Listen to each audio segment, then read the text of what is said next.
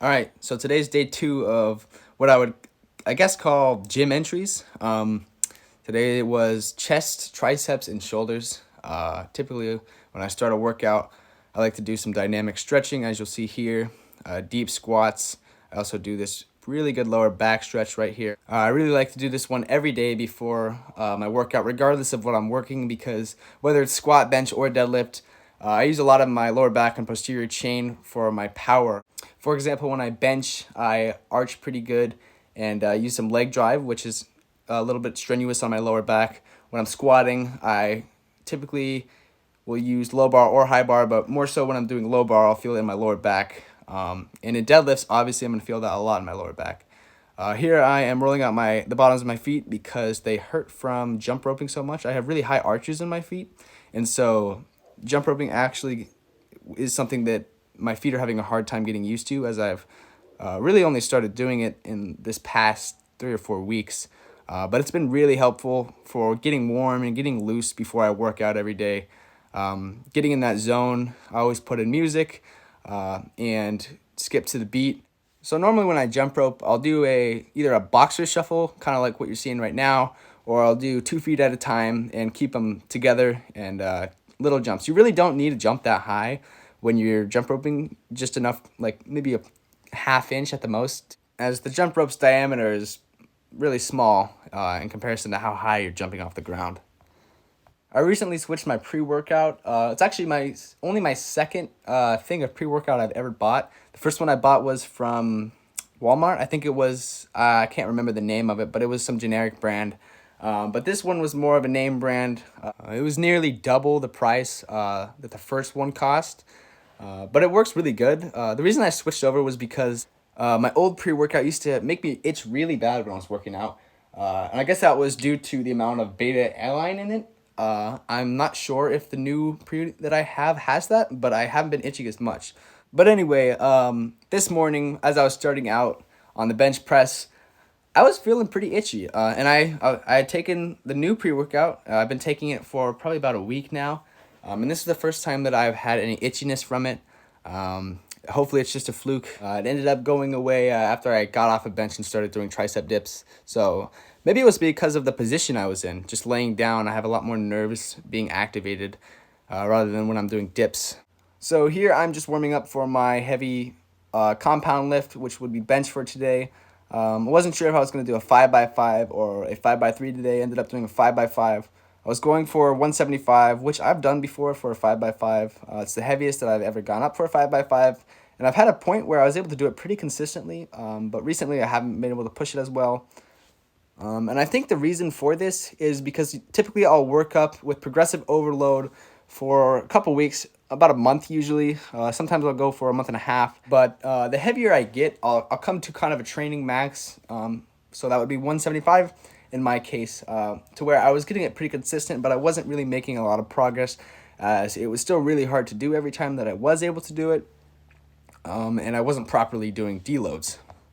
So what you just watched there was actually just 175 for 5, as I was hoping to do that for a 5x5 today.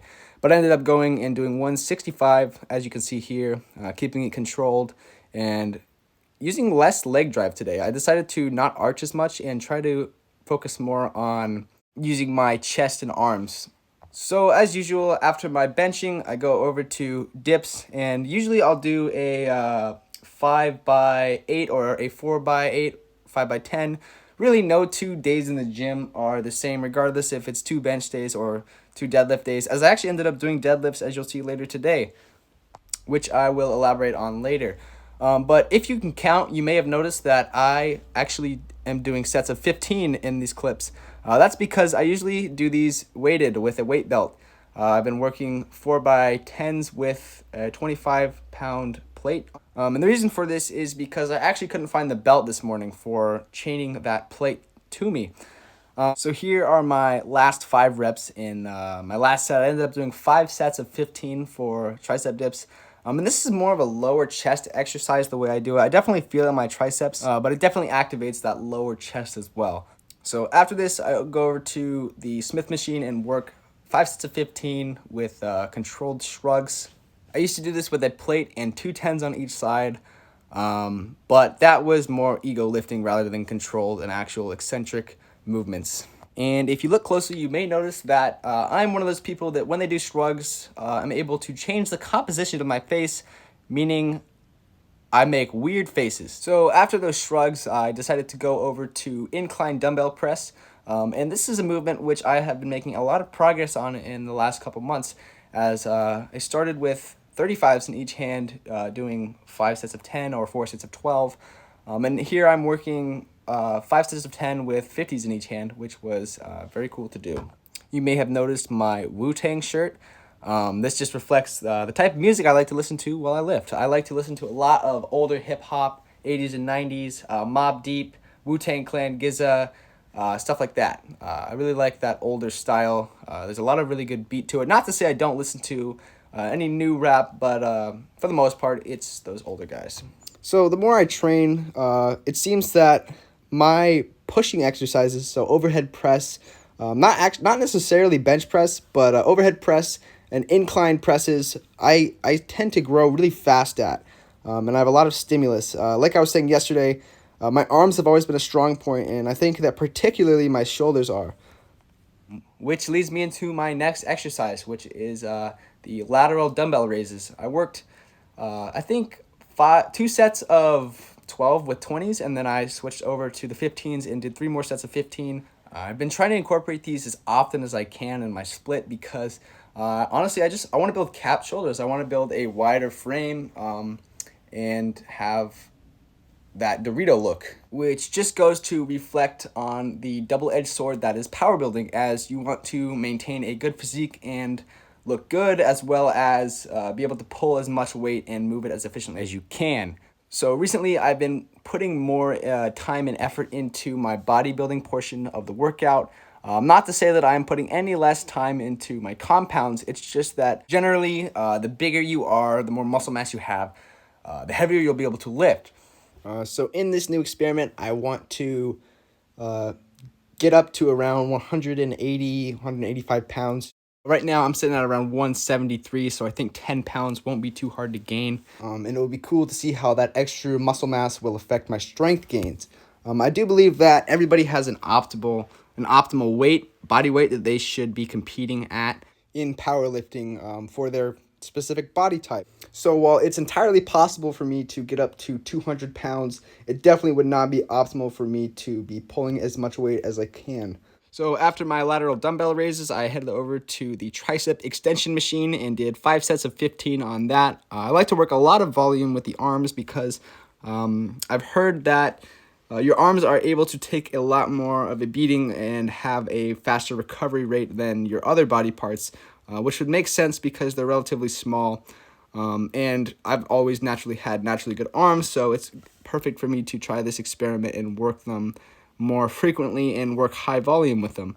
After that, I headed over to the bench and did 5 sets of 10 with 35s for Larson press. I just started doing these a couple weeks ago because I noticed that I had a higher arch and was very dependent on leg drive in my bench press. And so to counter that, I've been training this, which takes away your leg drive and makes it so that you have to use only your upper body. After Larson press, I headed over to the cable machine. So just like I said, how I was training a lot more volume with the arms recently, I'm also doing that with my shoulders as I'm trying to build that physique up faster and build on size faster, with the main motivation of that being having a good physique, but most importantly being able to move as much weight as possible. So I wasn't really counting my sets or reps on this, but I think I did around 5 sets of around 12 to 15. Just really not worrying about the numbers and auto-regulating to feel the pump as much as I can and just work while it hurts so that I know that I'm working my shoulders as efficiently as possible. For the first set, which is what you're seeing right now, I only did 8 and I ended up deciding to lighten the load on that and go for 15 as I am getting more hypertrophy with that and more volume as well. You'll also notice that I am leaning on these. I actually saw a video on TikTok, as ashamed as I am to say it, on why you should do these with your body leaning. And it's just the mechanics of how your shoulders work, which make it better. After those, I headed over to the benches again to work some overhead tricep extensions with a dumbbell. I recently added these to my split, as before that I was only really working the long head, whereas with this I can work more of the medial and lateral head as well.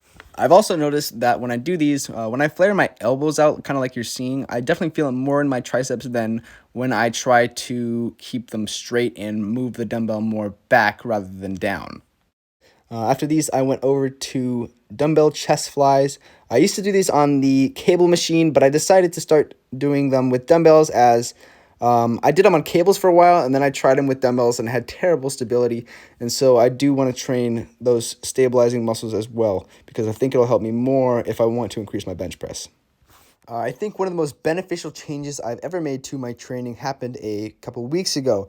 And what I changed was how I was approaching my bodybuilding portion of my lifting sessions. So originally I would train my accessories with moderate weight and pretty good speed, not focusing on the eccentric.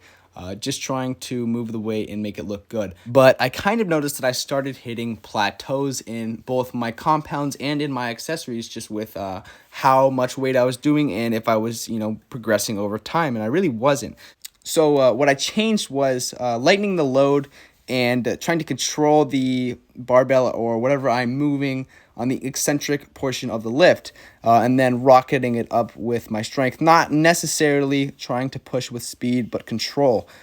So you can really see that here in my chest flies as I bring them down eccentrically and slowly controlling them all the way down till I reach that stretch, which allows me to have a better contraction in my pec. Now, this is not only for my chest, but every other muscle group except for my legs, as I have a little bit of a different training style for my legs. Recently, I've been experimenting with how I'm training my accessories on leg days. Obviously, still I'm working slow and eccentric on things like calf raises and RDLs and things like that. If you'd like to know how I train legs, stay tuned for tomorrow's video where I will explain the reasoning behind why I train legs the way I do. Now, I'm sure you're probably wondering why you see me working deadlifts today, as I hit back yesterday pretty hard and also hit legs yesterday partially, as I had to train up my split a little bit to catch up. But today I really just wanted to work on some form with how I pull and change it up a little bit, as I have always worked deadlifts conventionally. But recently I was watching an interview of Ashton something. He's one of the world's strongest powerlifters right now. He's also a lieutenant in the military, which is very respectable. But I listened to a interview with him on where he kind of explains how he trains and why he trains the way he does. And in that, I learned that Ashton actually uses sumo and conventional deadlift interchangeably in competition. And he trains both of them almost at the same rate. I think he's pulled a little bit more sumo in competition, but he is pulling over 800 pounds, both conventional and sumo. Anyway, he did say that working sumo will help your conventional and working conventional will help your sumo. And with that reasoning, I think that working both of them will allow me to increase my total. Although my mobility is not very good, which is why I'm working sumo today. I worked up to 315 for a heavy triple, which wasn't too bad on my back, as I am experiencing a little bit of DOMS from yesterday. And the reason that I was pulling deadlifts today was because I really just wanted to feel some heavy weight with sumo, because prior to this, I hadn't really lifted very heavy weight with sumo. Here's a clip from late August. I think I was trying 365 here for one. My shins and my toes are pointed pretty straight forward. I missed that. I think this is my all-time sumo PR at 350 pounds. Went up really slow, and it really just looked like a conventional deadlift, except with my hands in, my legs outside of my arms. So here is 295 for a triple sumo, and I'm really trying to keep my toes pointed out as well as my knees, because I think that whenever my shins are pointed forward in a sumo, it never ends well. I think it's better to have more of the interior of my shins scraping the bar and have my toes pointed out more. So here is 315 for the heaviest triple today. Moved pretty smooth, and I think it looked a lot cleaner than most of my other sumo lifts before. So I think moving forward, I'm going to alternate sumo and conventional. I typically hit back twice a week, and so I will just alternate between sumo and conventional on each of those days. That's going to be it for today's video. I ended my workout with some jump roping, and then I had to go to a doctor's appointment. But I thank all of you guys that have stuck around till the end, and subscribe for more content like this.